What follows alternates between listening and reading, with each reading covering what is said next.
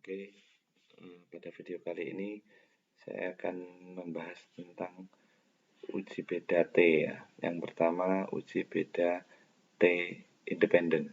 Dari namanya sudah ketahuan ya.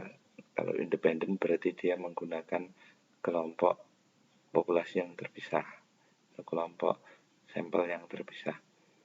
Sebagai contoh, misalkan Anda sedang penelitian eksperimen ya, karena ini memang seringkali digunakan untuk penelitian eksperimen, di mana kalau dalam dunia pendidikan itu ada kelas kontrol dan kelas eksperimen. Misalkan saja ini saya ambil contoh, saya menggunakan dua kelas yang berbeda.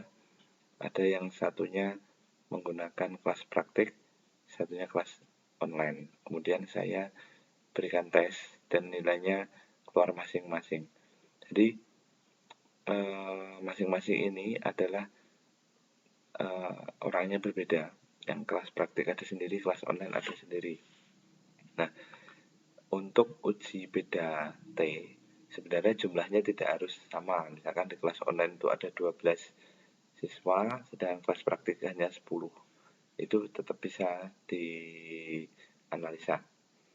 Oke, kembali lagi ke uji independent t-test ya.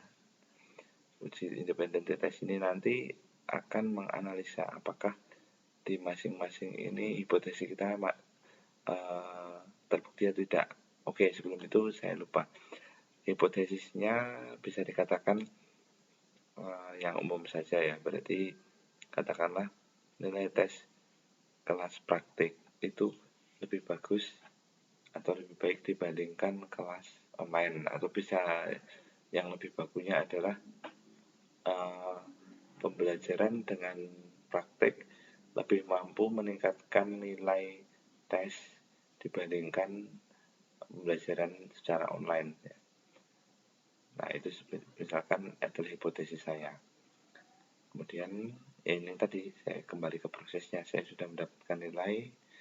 Kemudian sebelum kita bisa mengekspor ke SPSS ya, jadi kita satukan terlebih dahulu.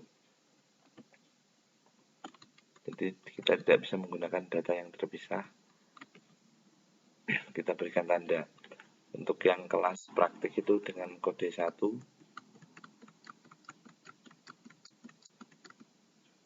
dengan yang online itu dengan kode 2.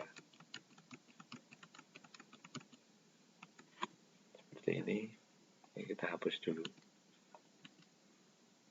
Kita save. Kemudian kita kembali ke SPSS-nya. Kita buka kembali.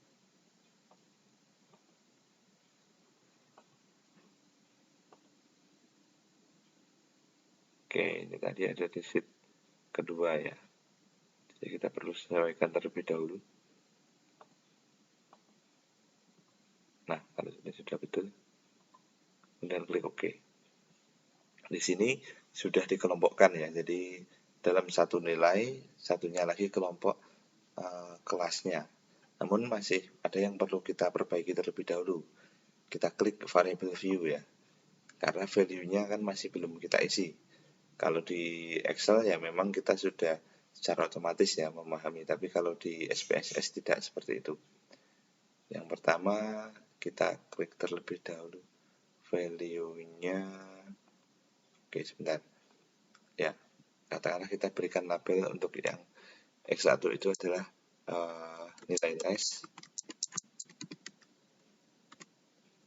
Sedangkan yang label untuk V2-nya itu adalah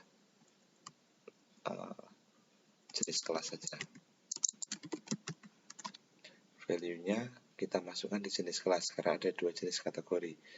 Value yang pertama kita klik 1. 1 tadi adalah kelas praktek ya. Kemudian klik add ya. Kemudian yang nomor 2 tadi adalah kelas online. Jadi ini angkanya saya sesuaikan dengan kategori yang saya isikan di Excel tadi supaya kalian tidak bingung. Kalau sudah silakan diklik OK. Kemudian di measure-nya, karena yang X1 itu atau tabel yang pertama itu kolom pertama itu berupa angka-angka, maka ini tetap scale. Yang kedua, bisa menggunakan nominal. Kalau sudah, kita kembali ke data view.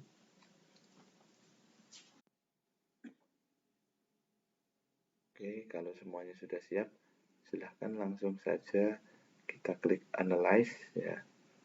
Kemudian masuk ke compare means, kemudian independent sample t-test ya, analyze, compare means, independent sample t-test. Kemudian test variabelnya kita bisa masukkan nilai tes, sedangkan grouping variabel di jenis kelasnya. Jika sudah, silakan klik define groups ya, yang bawah ini. Jadi kita perlu mendefinisikan grupnya dulu. Grup 1, 1, grup 2, 2, grup 2, continue. Kalau sudah, baru bisa diklik OK. Oke, nah di sini langsung kita masuk ke independent sample test ya. Kita cari nilai sig-nya. Ini sudah ketemu sig to tail-nya. Jadi kalian bisa perhatikan di nilai sig to tail-nya ada nilai 0,00 ya. 0,00 itu berarti kita bandingkan dengan nilai signifikansi yaitu 0,05. Apabila nilai sig hitungnya yang di sini itu lebih kecil daripada 0,05, maka hipotesis A diterima dan hipotesis 0 ditolak. Artinya ada pengaruh signifikan. Apabila nilai sig hitungnya itu lebih besar daripada 0,05, maka H0-nya diterima, H-nya ditolak. Berarti tidak ada pengaruh yang signifikan seperti itu.